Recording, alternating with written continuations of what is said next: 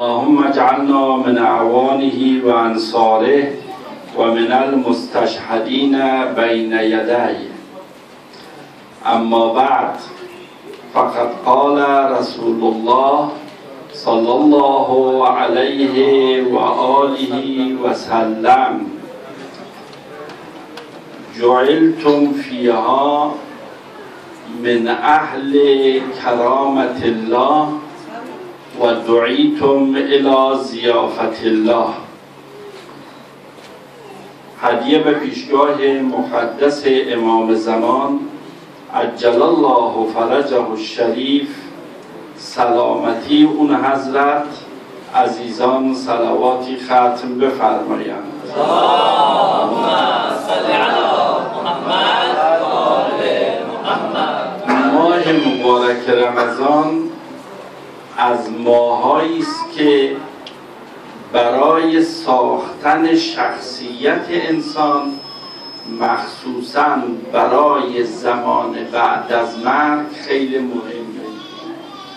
خداوند یه زمینه‌هایی را گاهی برای انسان فراهم میکنه که با استفاده از اون زمینه‌ها انسان سعادت دنیا و آخرت را به دست میاره. ماه رمضان از اون زمینه هاست. این مسجد امام حسین و مرکز اسلامی امام حسین یا مسجد امام سجاد، مسجد امام مهدی، مسجد امام علی هامبورگ یا هر چیز دیگر از این زمینه هاست. اجازه بدید من امروز درباره این زمینه ها به محضر شما عرایضی تقدیم کنم. ما از افغانستان، از ایران، از پاکستان، از لبنان، از جاهای مختلف به کشورهای اروپایی آمدیم.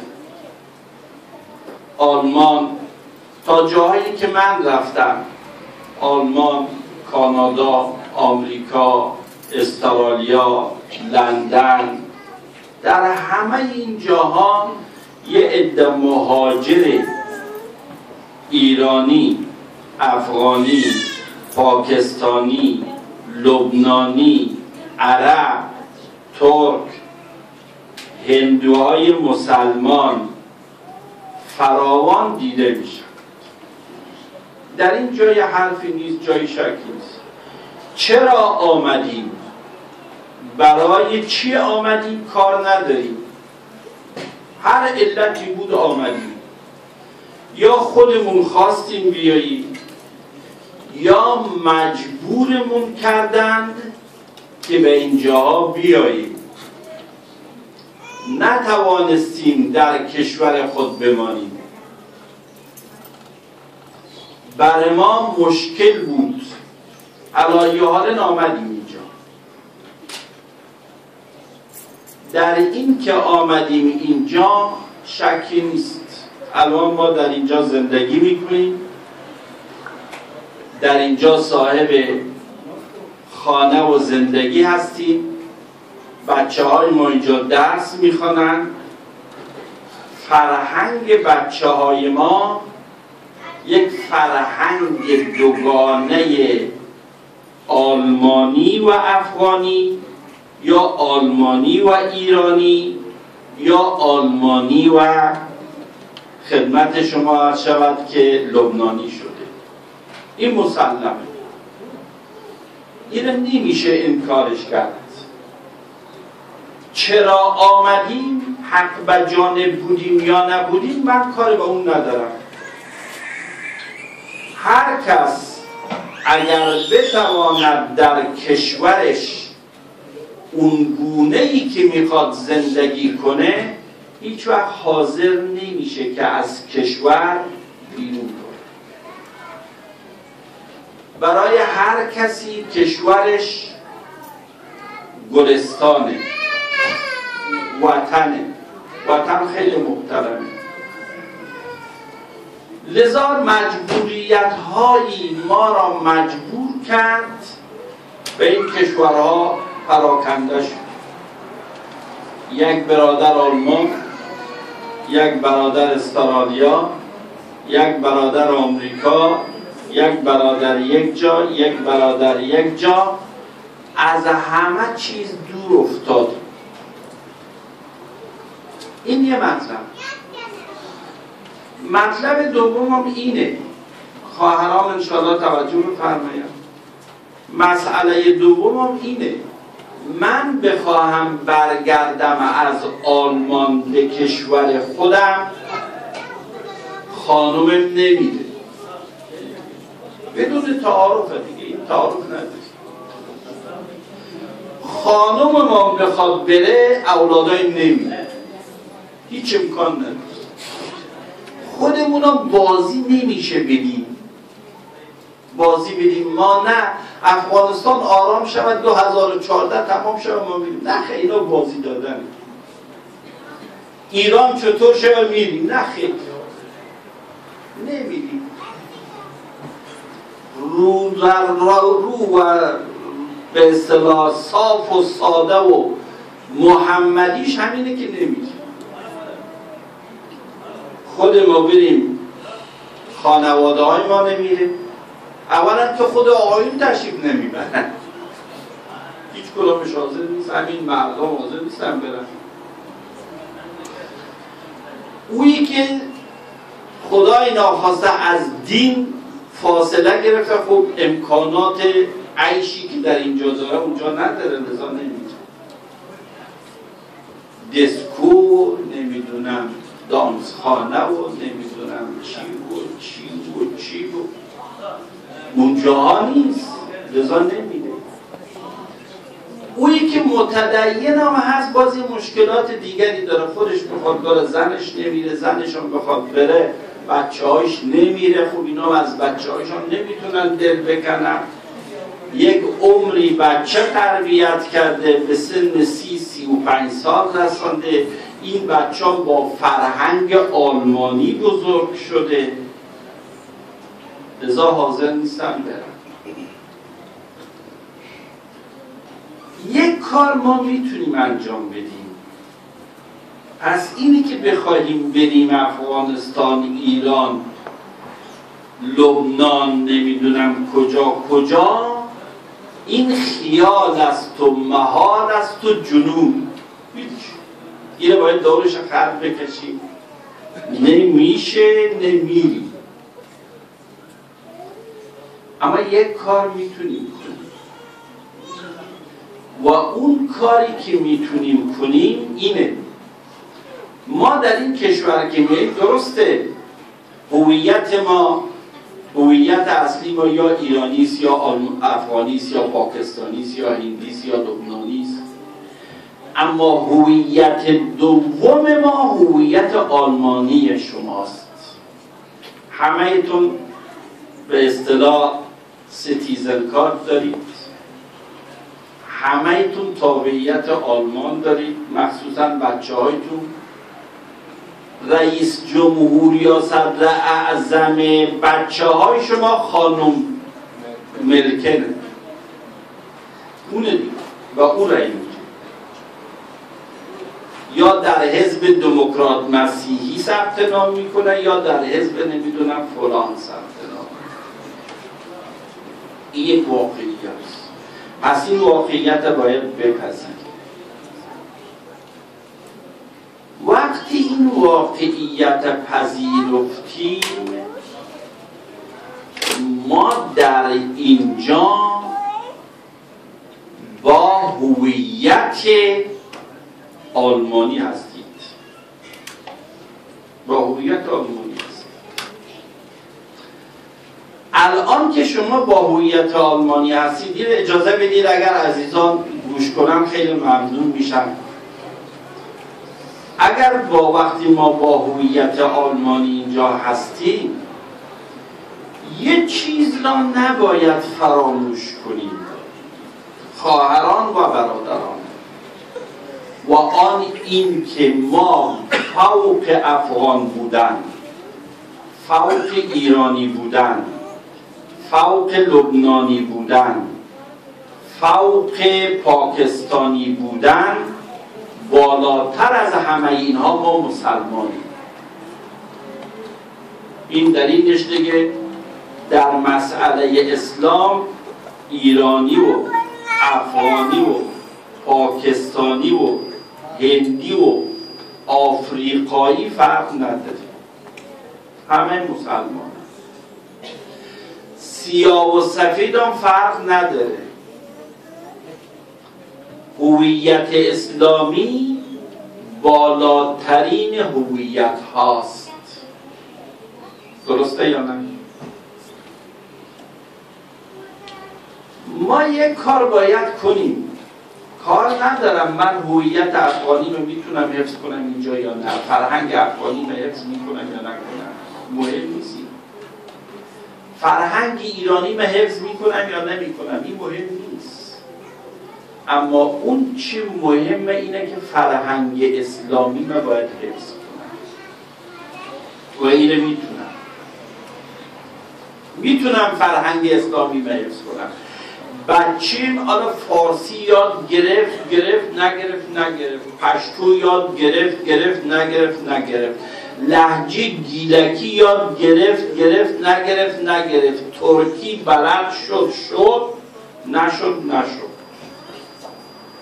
شما نمیتونی سر این بچه فشار بیاری، خودمان هستیم ها، نمیتونی سرش فشار بیاری. تا فشار بیاری به پلیس زنگ میزنه، پدر آدم در میاره. درسته یا نه؟ در کانادا 991 زنگ میزنن، اینجا دیگه من نمیدونم چند زنگ میزنن، یک دو زنگ میزنن.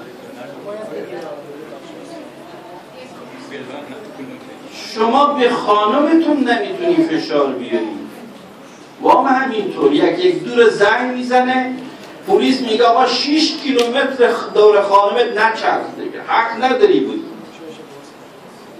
اینطوریه، یه وضع خاص خودشه اینجا. اما یک کار میتونیم کنیم، هویت اسلامی ما رو میتونیم حفظ کنیم. چنانچه یه عده مردم در همین کشورها هویت اسلامیشون حفظ کردن. برادران ترکا زودتر از شما آمدن اینجا، ترکا زودتر از شما آمدن، هویت اسلامیشون رو قشنگ حفظ کردن. اگر این هویت اسلامی رو حفظ نکنید برادران و خواهران عزیز، در اون صورت بدانید که دنیا و آخرت از دست بدید، هم دنیا هم آخرت. من یه سال استرالیا رفتم. در استرالیا یک شهری به نام شهر پرت، 200 سال قبل یا بیشتر و کمتر یک عده افغانا رو اونجا برده بودن در اون شهر برای کار. مسجدی که الان در اون شهر هست خیلی مسجد تاریخی است، مسجد کوچک، بالای محراب مسجد هم نوشتن به فارسی که روز محشر که جان گداز بود اولین پرسش از نماز بود، این هم نوشتن. اما از همون مردم یه نفر مسجد نمیاد، هیچی. الان هستن اونا، اون اولادای اونا زندگی میکنن، هستن که مسجد نمیان، هیچی. تنها وقتی سوال کنی آقا مسلمانی یا غیر مسلمان، میگه نه من شکر مسلمانم. خب چی بلدی از اسلام؟ هیچی. بابای مسلمان بود، مادرم این کارا رو میکرد، مادر کلان این کارا رو میکرد و از اینطوری میشه. توجه فرمودید. گوش کن آقا اون بوترک بچه رو هم جمع کن که دیگه حواس نه تو جمع پرد بشن حواس من. الان ما در این کشور، یعنی شما عزیزان در این کشور تشریف دارید، الان همدیگر میشناسید، چون همه ما یا از چندولیم یا از مرادخانیم یا از شهر نویم یا از قلعه فاطوری یه جایی هستیم، اما چند سبا بعد اون بچه دیگه من نمیشناسه. هرچی هم بگم آقا من از کابلم، بابایتم از کابل بود، میگه ولش کن، بابایم از کابل بود، من آلمانیم، چه کار دارم به بابایم بود. اینطوری میشه. این هویت ها از بین میره، هویت افغانی و پاکستانی و لبنانی و همش از بین میره، چنانچه در خیلی جاها رفته. اما ما میتونیم هویت اسلامی ما را در قالب همین فرهنگ آلمان حفظ کنیم، در قالب همین فرهنگ. این بچه آلمانی میگه بگه، آلمانی صحبت میکنه بکنه. اصرار من ندارم که بچه باید حتما فارسی رو بگیره، یادم نمیگیره، فقط یاد بگیره بله سلام، خوب هستی، خوب هستم، چطور هستم، همین قدر میگیره، دیگه بیشتر یاد نمیگیره. شما بخوای یک کتاب فارسی بهش بدی بخونه، نمیتونه بخونه. فرزنم بخونه نمیفهمه که چی نوشته، معنیش نمیفهمه. ما مجبوریم هویت اسلامی ما را در قالب فرهنگ آلمانی حفظ کنیم. من یک قصه بگم بهتون. یه سالی لندن بودم، 2-3 سال منبر میرفتم، زمانایی که جوان بودم. رئیس خوجی یک کمی هم انگلیسی بلد بودم اون زمان ها، یک کمی روی منبر فارسی انگلیسی برغور میکردیم، خلاصه یه چیزی میشد. رئیس خوجه های لندن ملا اصغر، خوجه ها که میشناسید، شاید یک عده‌ای از برادران بفهمند، مردم خوجه یه طایفه است، خیلی طایفه منسجم و مهم و اصلشون هم از گجرات هندند. اینا اول هندو بودند، بعد اسماعیلیه شدند، بعد توسط یکی از علما شیعه شدند. در گجرات هند هم هستن، در آفریقا هستن، لندن هستن، آمریکا. آدم خیلی هم سرمایه‌داری هستن. آقای مصطفی کوکل یکی از اینا بود، 5-6 تا کشتی نفتکش داشت در کراچی. آدمایی رئیس خوجه ها به من یه مطلبی گفت، ما اولی که آمدیم، نسل اولی که از آفریقا تانزانیا آمدیم لندن و اروپا، اینا با هم اولا خیلی ارتباط قوی دارن، با هم هر جایی که هستن مرتبط. یک کتابی هم دارن، هر خوجه‌ای که در هر جایی متولد میشه در اون کتاب اسمش می‌نویسن، تعدادشون رو مشخص. همشون هم از یک مرجع تقلید میکنن. سابق همشون از آقای خویی رضوان الله علیه تقلید میکردن، الان همشون از آقای سیستانی تقلید میکنن و با هر مرجعی هم که ازش تقلید میکنن قبلا به اون مرجع میگن آقا ما پول سهم امام ما را در کشوری که زندگی میکنیم برای مسائل فرهنگی خود خرج میکنیم و میکنم. الان در لندن بهترین مکتب‌ها رو دارن، مکتب‌های اسلامی. در کانادا یه شهرک دارن که من دعوت کردم رفتم، شهرک خیلی بزرگ. اینا گفتن ما سال اولی که بچه‌های ما، مردم ما آمدن در اینجا، یک نسل ما به کلی بیدین شد، رفت. ما دنبالشون رو نگرفتیم، نتونستیم اینا رو تربیه اسلامی کنیم، رفتند. بعداً به فکر شدیم، در صدد شدیم، بچه های ما رو تربیت کنیم. آقا پسرم بشونید، آقا تربیت کنید. همشون هم تحصیل کرده، ثروتمند، دکتر، انجینیر، مهندس، چی کار به یه حرفا ندارم. نمیخوام راجع به تاریخ خوجه ها صحبت کنم. اینا آمدن دور هم نشستن، به این فکر شدن که ما هویت اسلامی ما را باید حفظ کنیم. مسجد ساختن، مکتب ساختن، کتابخانه ساختن، کتاب ترجمه کردن، چاپ کردن. کارم به این نداشتن که باید حتما این بچه خوجه زبان خوجه‌ای یاد بگیره. نه، یاد گرفت نگرفت. و الان هویت اسلامیشون قشنگ در همه جا حفظ کردن.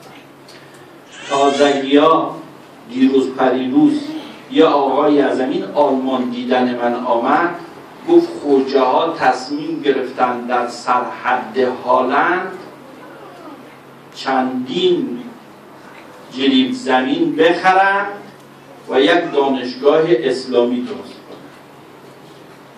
پس ما میتونیم این کار کنیم.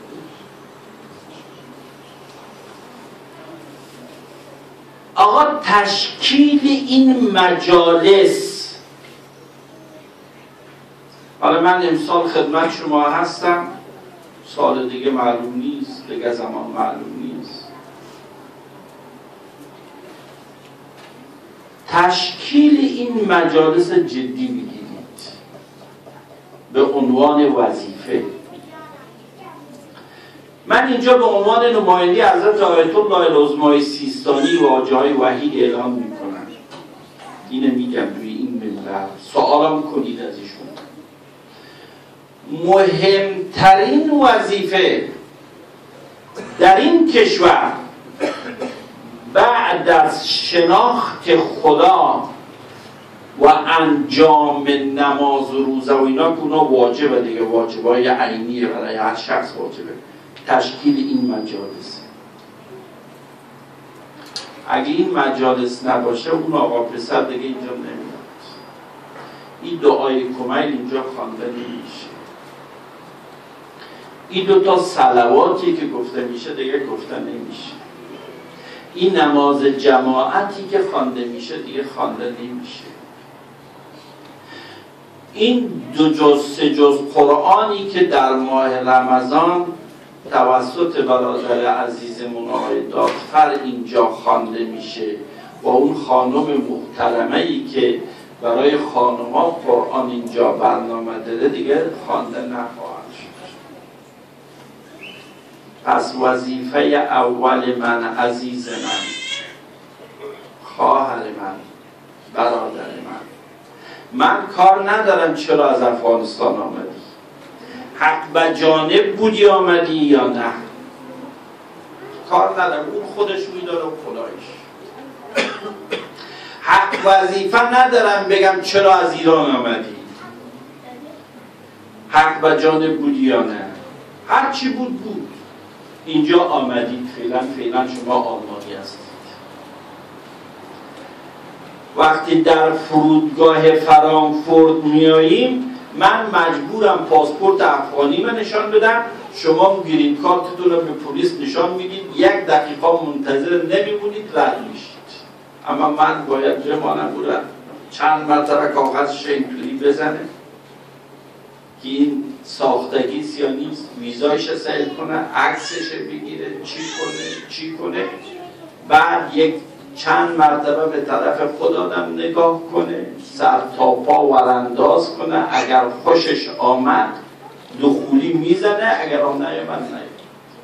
اما شما اینطوری نیستید. خیلی با من در فرودگاه بودن، تا اون کاغذشون رو نشان میدادن دیگه اصلا یه دقیقه منتظر نمیشد. شما فعلا با این هویت هستید. اما اونی که من میخوام بگم این است که عزیزان هویت اسلامیتون حفظ کنید. اولین مرحله و حفظ هویت اسلامی اینه که شما یک جایگاه داشته باشید، یه مسجد داشته باشید. من سال اول کانادا رفتم، سالای فکر میکنم 76 70 چند یا دیرتر نمیدونم. تورنتو رفتم، ماه محرم بود، من در یک مجلس این افغانای خودمو دعوت کردن، رفتم انگر گرفته بودن، یک انبار گرفته بودن، از یه چیزی بزرگتر بود برای مجلس. شب 4 و 5 محرم جمعیت به قدری آمد، هوام خیلی سرد بود، 40 درجه زیر 3.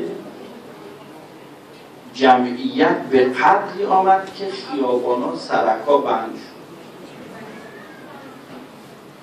بعد گفتن چیکار کنیم؟ من پیشنهاد کردم، گفتم این برادران مزاش خانافان اینجا یک عده‌ای هستن مسجد دارن به نام مسجد جامع امت نبوی، از شب 6 میریم اونجا خواندن. اونا پذیرفت، رفت. از اونجا آقا تخم یک مسجد گذاشته شد.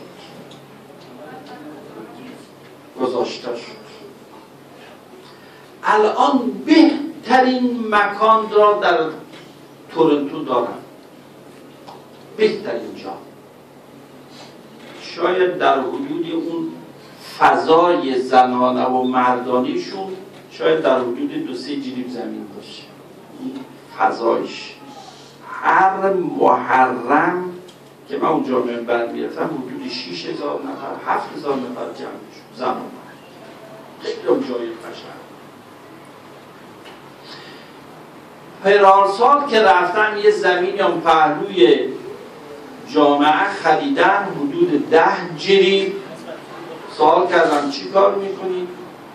گفت میخوایم اینجا را مکتب و دانشگاه بسازیم، بچه‌های ما بیاد اینجا درس بکنه، درس نصاب تعلیمی وزارت معارف کانادا رو بخونه، اما با دینم آشنا بشن، با مذهبم آشنا بشن. توجه فرمایید. پارسال محرم همین کار را در مونترال کردیم، یه زمین خریدیم. یه سال من عرض کردم استرالیا رفتم، ملبورنم دعوت شدم، از سیدنی رفتم ملبورن برای منبر. یه روز منبر رفتم، مسئله مطرح شد، مسئله مسجد که باید بسازیم، وظیفه شرعی ماست. حالا ما به حق آمدیم یا به ناحق آمدیم، باید پیش خدا این مسئولیت را انجام بدیم. این بچه‌های ما را نذاریم نعوذ بالله مسیحی بشن. من آمدم، گناه این بچه نیست. اگر من نتونم این بچه را تربیت کنم، روز قیامت یخی بابا رو میگیره، میگه با خدایا من این بابا آورد، من که نمی‌آمدم، من که بلد نبودم آلمانه، این بابایم آورد، منم اینطوری شدم، محیطم تأثیر کرد، بابا مرا آورد. پس مسئولیت منم به عهده این باباست، مسئولیت پسر منم به عهده این باباست، مسئولیت نواسه و کواسه من به عهده این باباست. تو این کرده دیگه، من که نکردم. آقا بیایید برای حفظ این مسئولیت جدی اقدام کنیم. مرگ فرا میرسه، به خدا قسم، به مهدی فاطمه قسم که مرگ میاد. مرگ میاد، میخوایی یا نخوایی. بخواهی یا نخواهی میمیریم، بخواهیم یا نخواهیم در پیشگاه خدا مسئولیم، بخواهیم یا نخواهیم. این جوانی نمیمونه، این لباسای تنگ و چسبان نمیمونه، این بی‌حجابی هم نمیمونه، این شرابخواری و دانس رفتن و نمیدونم کجا رفتن و کجا رفتن هم نمیمونه. همه شما یه زمان جوان خیلی خوش قیافه، خوش قد و قامت بودید. بعضی عزیزان در همین مجلس هستن، آدم جوانیش میدید اون زمان با اون بروتای قشنگ حظ میکرد، قد بلند، لباس صاحب منصبی هم میپوشید، دادم حظ میکرد چه جوانی.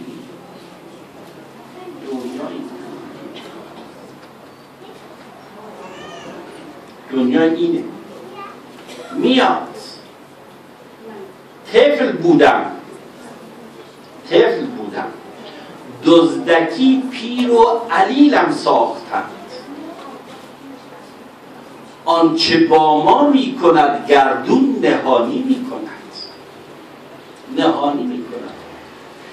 نمیفهمی یه مرتبه میبینی عجیب ریشت سفید شد، قدت خمید، پای درد آمد، چشمت کمنور شد، گوشت نمیشنوه. طفل بودم دزدکی پیر و علیلم ساختم، آنچه با ما میکند گردون نهانی میکنه. پس بیایید وظیفه ما را در برابر خدا انجام بدیم. این دنیا برای ما نمیمونه، این پول هم نمیمونه، ثروت هم نمیمونه، خانه هم نمیمونه. عزیز من، اینی که من خودم هی تسبیح بندازم لا اله الا الله بگم اما از حال پسرم خبر نداشته باشم به دردم نمیمونه. من بیام همیشه نماز بخونم و روزه بگیرم از حال پسر و دخترم خبر نداشته باشم به دردم نمیخوره. من برای شما به عنوان یه همشهری میگم، میخواید بپذیرید میخواید نپذیرید، این به درد نمیخوره. من خودم نمازم درست مرتب بخونم، به فکر کنم تو اون شد تاق بهشت جای منه، نخیلی مسئولیت دارم. همونقدر که پدر روی پسر حق داره، روی اولاد حق داره، اولادم چند حق به گردن پدر و مادر داره. روز قیامتی بچه ای دختر یخه منو میگیره میاره پیش خدا اصلاح میکنه، خدایا از این پدر و مادر سوال کن چرا منو با دین آشنا نکرد؟ تو مرا آلمان بردی، با محیط مسیحیت آشنا کردی، با اون محیط سراسر فساد آشنا کرد.